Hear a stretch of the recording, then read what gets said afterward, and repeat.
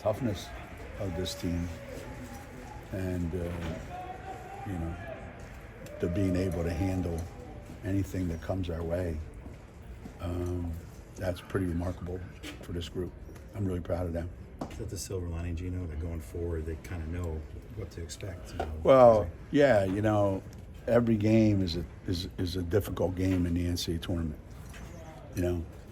Sometimes at Connecticut, it might look easy, but it looks easy when a duck is gliding across the water too, right? Until you look underneath, see what's going on down there. So for us to be able to do it,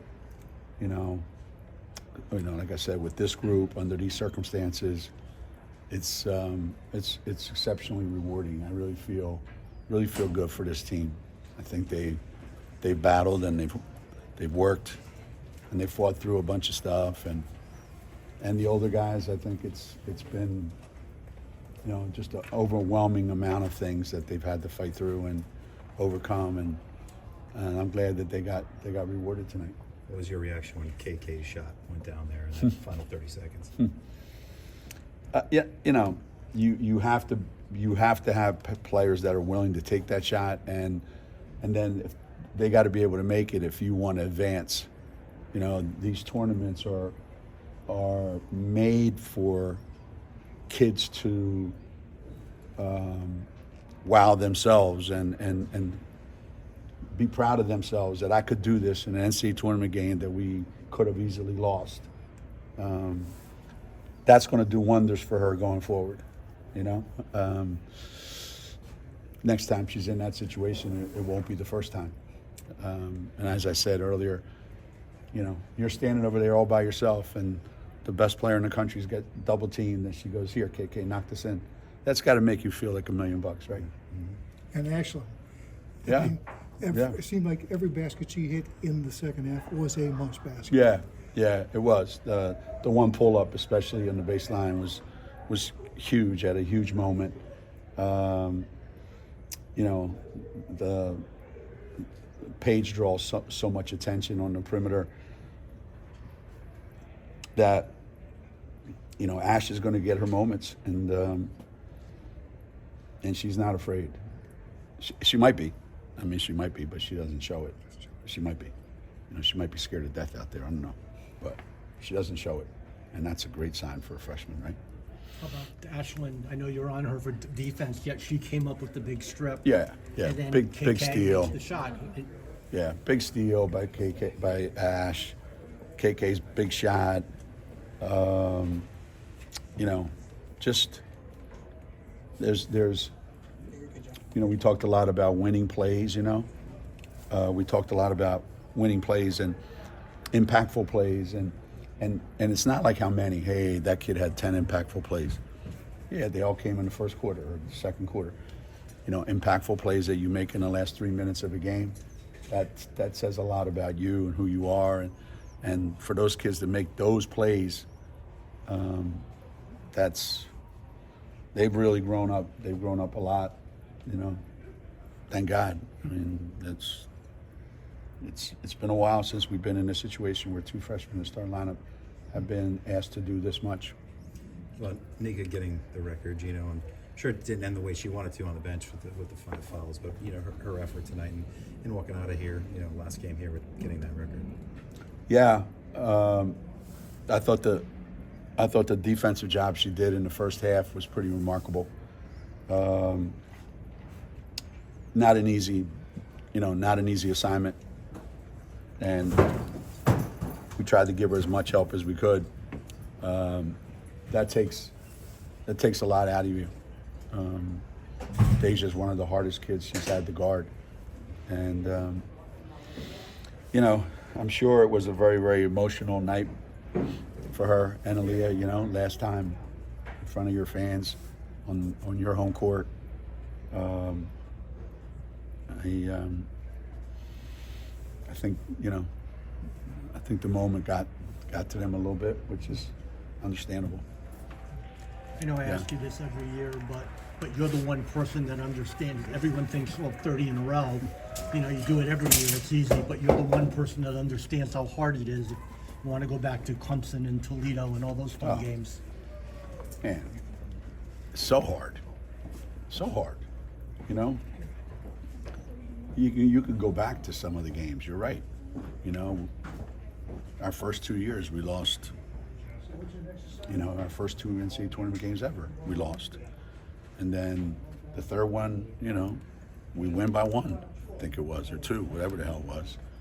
And we sneak into the regionals, and we're playing, who was it? Second round was Toledo, Sweet 16 was NC State. Yeah, but even after that one, there was another one. Where was Mitty coaching back then? I don't even remember. TCU, and we're down at halftime, and Diana ended up with, I think she ended up with 32, 34, 35, I have no idea. But she needed that kind of a game to bail us out. So there's a lot of history here where it's not easy to win 2 games. And we talked to the team about this today, that there's a lot of these upsets on the home team. The home team gets upset. That almost never used to happen in women's basketball. And now it's happening almost on a regular basis. And some people have even come close that haven't done it yet. But it's just going to happen. And you can't look past anybody. So to do it 30 years in a row.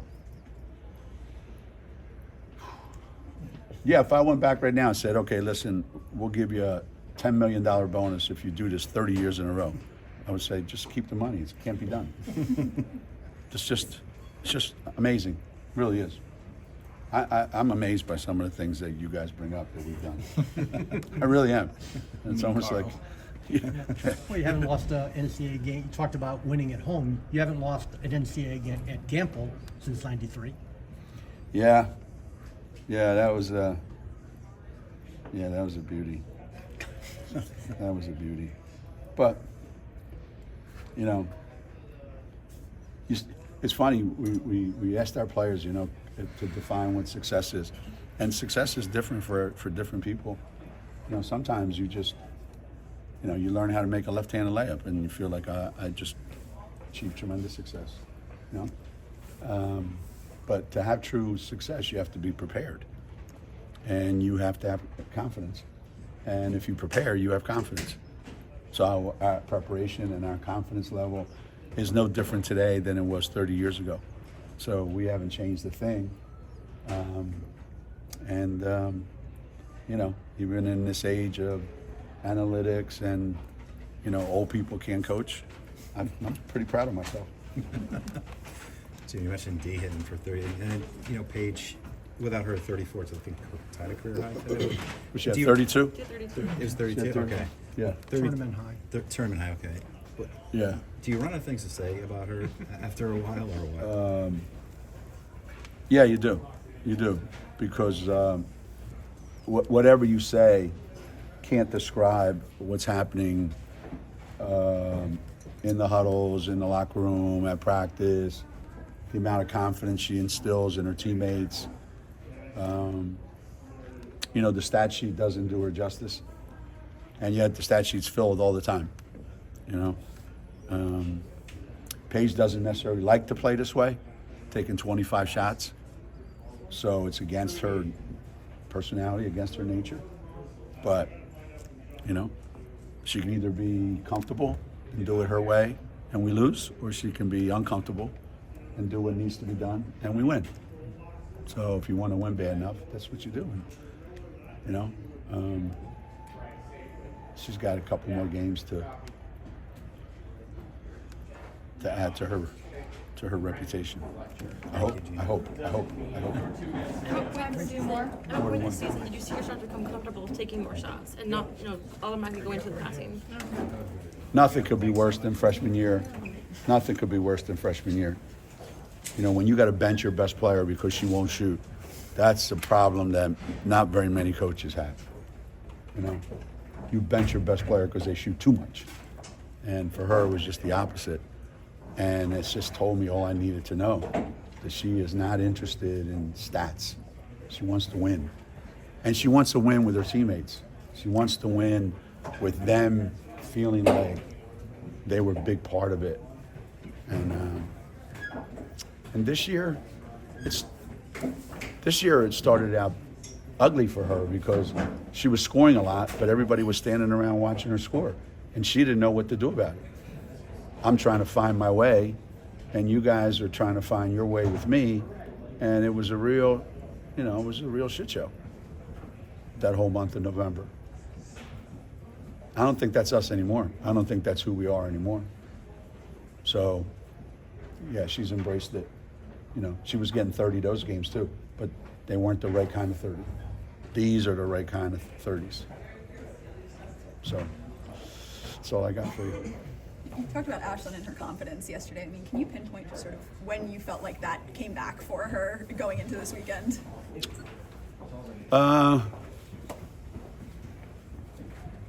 We were talking with the strength and conditioning coaches and everybody else, and we got to a point where we said she has no legs. She's played so many minutes, so many games, totally unanticipated, and you could see, like, every shot was short, struggled, just the ball. And I told her, I said, like, you got to get out of the gym and let the ball feel good again. The ball was feeling heavy and sluggish, and at some point, I think she got her second wind, and there's also this too. When someone tells you, I really don't care how you feel. I really don't care. And neither does she, and neither does she, and neither does she. Nobody really cares how you feel. And this was a message to all of them. This right before the Big East tournament. Nobody cares how you feel. Nobody cares if you're tired. Nobody cares if, your boyfriend, your girlfriend, whoever the hell you're worried about, doesn't want to talk to you, doesn't want to, I really don't care. Like, I'm not confident because I'm missing shots, or, I got a cold today. I don't care, because we're here and we're all trying to win, and we all have issues, and we could all come here and look around and I can't believe I got to play 40 minutes again. I can't believe I got to practice again. We could all feel that way, but that's not going to help us win. So I think sometimes when you give people a choice, they may or may not take the right choice. But when you tell them they have no choice, then I think they only have one choice that they can take. It's funny because you'd think players want to play more and more and more and more, and isn't it why a lot of these kids transfer? No, they don't. Play No, minutes? they don't. Yeah, and then when you play them 40 minutes, they go, I'm tired. Yeah, they all want to play 40 minutes. Hey, they all want to play fast break basketball until they realize what it takes to play like that. And realistically, I mean, nobody should have to play 40 minutes, But maybe it's helped us in some ways, because I think we've got a reserve, maybe, because our transition game is really good. And it wouldn't be that good if we didn't have the legs, if we didn't have the stamina, if we didn't have the strength to do what we're doing. So they work their butt off. Hootie does everything she can to get them ready. And I think they've embraced playing for each other. You're a freshman. You're away from home. Things are going great. Everybody loves you. You love everybody. You're the darling of everything. And then all of a sudden, you go a week where everybody's, nobody thinks you're doing great, including you. and you don't have anybody. Where are you going to go? Back home, you know, go talk to your mom and dad, go talk to your trainer, go talk to your high school coach, whoever. Then they blow some smoke up your butt, and then you come back and you feel like $1 million. Well, there's people here that'll do that too. When you talk about the 30 in a row, They'll also give you the other side. talk about the 30 in a row, and just think of how many programs that have sort of come and gone. You know, there was a few years, you know, early on it was Tennessee, then Rutgers for a few years, and then, you know, Duke is back, you know, with Tara, but first or second time in a decade. But, you know, yet you guys just are there every year. There's something to be said for consistency, you know. There's been the same coaches, very, very little change here over all that time. So there's a sameness about everything, you know. Sometimes, you know, you hit a little bit of a rut. Coach leaves, or they change coaches. Now you got to start over with a new culture kind of thing. And so players or the school is trying to find the right fit all the time. And here it's been constant. And I think that can help you, you know.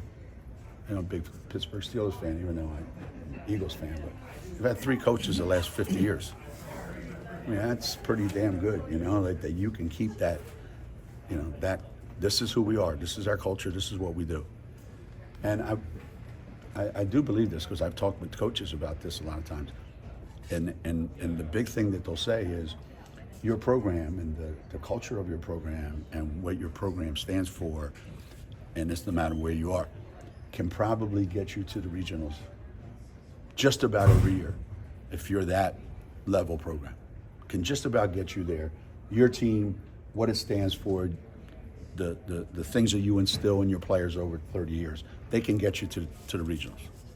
Once you get there, that don't mean diddly.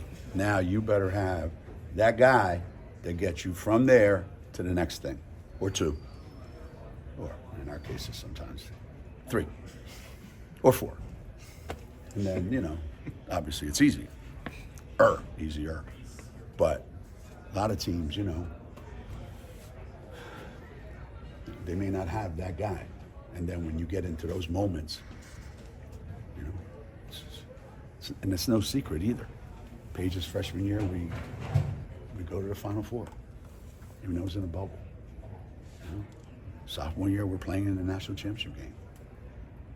Last year, she doesn't play. We lose in the Sweet 16. I mean, it's just, you know, hey, you know, the only time when you have the great players. Exactly. Check out how many teams at the regionals next year are there with bad players. And then when they get to the Final Four, look around, I say, man, there's a lot of bad players here. I don't think so. So you've got to have those guys. And they have to be able to perform at a real, real high level. You know? And I remember when I said that. It's kind of the same with Paige.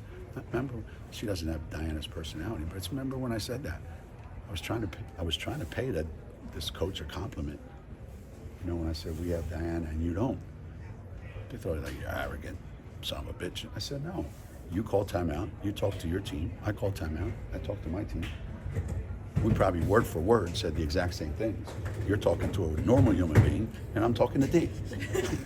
So it's not like, you know, I'm smarter than you or I have a greater strategy than you. I'm talking to a different guy than you're talking to. And if you were talking to that guy, he would be saying that instead of me. So, you know, people that have these kind of players like Paige, you know, or Caitlin Clark or Juju or, you know, Angel Reese, you know, or certainly South Carolina's had, you know, quite a few the last couple of years, but, you know, it's a lot. Asia Wilson, you know, Leah Boston, now Cardoza and a cast of characters, you know. If you don't have those guys, you ain't going. But those guys got to come through for you. And you got to get lucky as shit, right? You got to have a kid come off the bench that can't find her ass with both hands, and in a national championship game, makes 10 threes or however many she makes. How many she makes? 7 for 7. 7 for 7. That's how you win as a So you third got to seed. have that. You got to have that. Or Oakland beat somebody the other day, right? Right, guy looks like your dentist. Made 10 threes, right? Guy made 10 threes. Right? You got to have that. If you don't have that, it's hard.